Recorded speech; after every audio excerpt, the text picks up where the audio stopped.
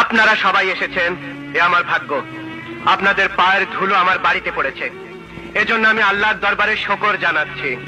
আপনাদের অনেকক্ষণ বসিয়ে রেখেছি বলে আমি ক্ষমা চাচ্ছি। আপনারা সবাই গ্রামের গণ্যমান্য ব্যক্তি, ভালো মন্দের বিচার করার ক্ষমতা আপনাদের আছে। আপনারাই আজ বিচার করুন, এই সম্পত্তি কার? বাবার উইল অনুযায়ী এই সম্পত্তি একমাত্র আমার। জলিল চাচা, মাস্টার সাহেব, এই উইল করার সময় আপনারা উপস্থিত ছিলেন, বলুন আমি ছিলাম? অথচ অভিযোগ উঠেছে আমি নাকি বাবাকে ফুসলে উইল করেছি। বলুন আপনি ছিলেন, আপনি ছিলেন, বলুন আমি ছিলাম?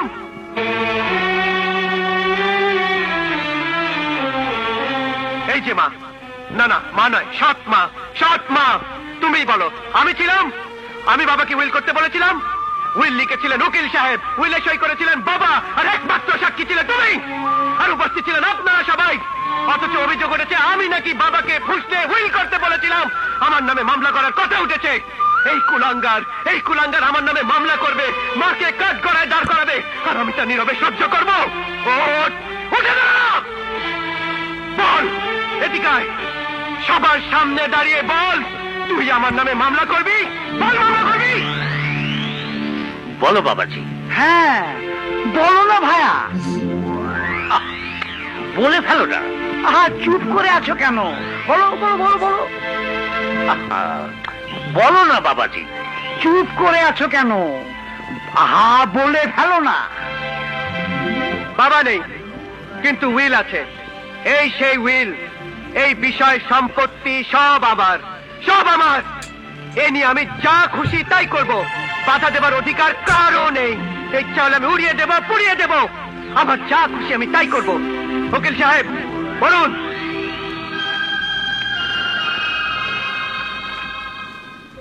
আমি মোহাম্মদ শাহিদ আহমেদ ওরফে দুলাল, পিতা মরহুম রজব আলী, সাং নবগ্রাম, মানিকগঞ্জ। আমি আমার সমুদয় স্থাবর অস্থাবর সম্পত্তি, যাহার মধ্যে বসতবাটি, আবাদি জমি, আড়ত ও নগদ অর্থ বিদ্যমান, তাহা স্বেচ্ছায় সুস্থ এবং সম্পূর্ণ সজ্ঞানে আমার কনিষ্ঠ ভ্রাতা বেলাল আহমেদ, পিতা মরহুম রজব আলী, সাং নবগ্রাম, মানিকগঞ্জকে লিখিয়া দিলাম। অতঃপরে বিষয় সম্পত্তির উপর আমার এবং আমার উত্তরাধিকারীদের কোনো অধিকার থাকিবে না। স্বাক্ষর মোহাম্মদ শাহিদ আহমেদ ওরফে দুলাল।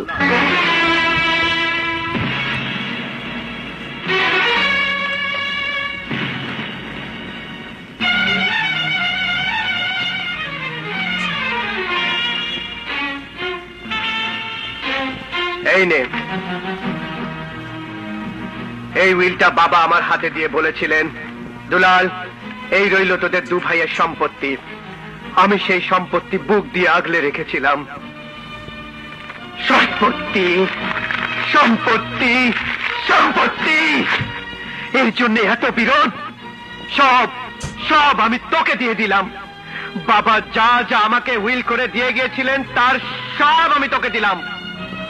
শুধু একটা জিনিস বাবা উইল করে দিয়ে যাননি,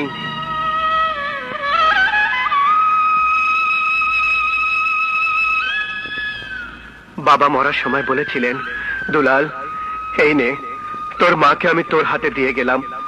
আমি ইচ্ছে করলে জোর করে ধরে রাখতে পারতাম, এখনো জোর করে ছিনিয়ে নিতে পারি, কিন্তু জোর আমি করব না। মা গো, তুমি চলে যাবার পর একটা রাত আমি ঘুমোতে পারিনি। বাবা তো তোমাকে আমার হাতে তুলে দিয়ে গিয়েছিলেন, সম্পত্তির জন্য তুমি আমাকে ছেড়ে চলে গিয়েছিলে। আজ বেলালকে আমি সব দিয়ে দিয়েছি। তুমি আমার সঙ্গে যাবে মা? আমার সঙ্গে যাবে মা? বলো মা যাবে? বলো মা যাবে? বলো তুমি আমার সঙ্গে যাবে মা? চুপ করে থেকো না মা, বলো তুমি আমার সঙ্গে যাবে?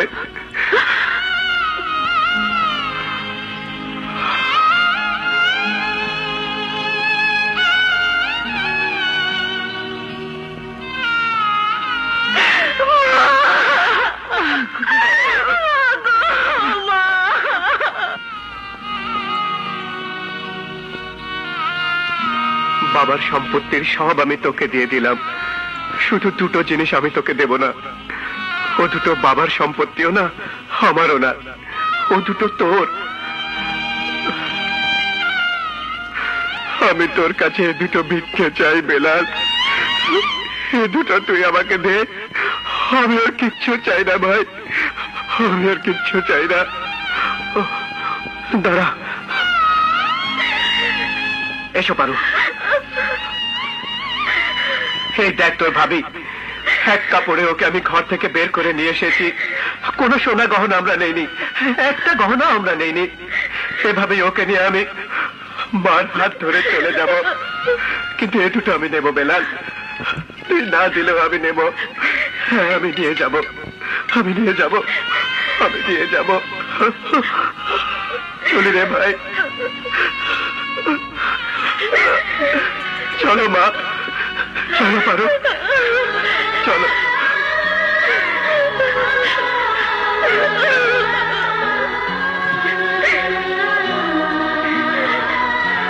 দাঁড়াও,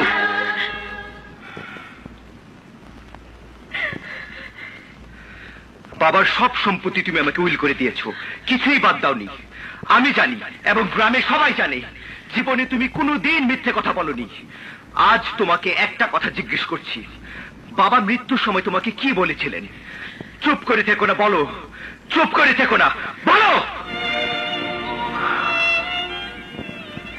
বাবা বলেছিলেন বেলালকে শেষ দেখা দেখতে পেলাম না, কিন্তু তাকে বলিস আমি দোয়া করে গেলাম, একদিন সে ভালো হবেই।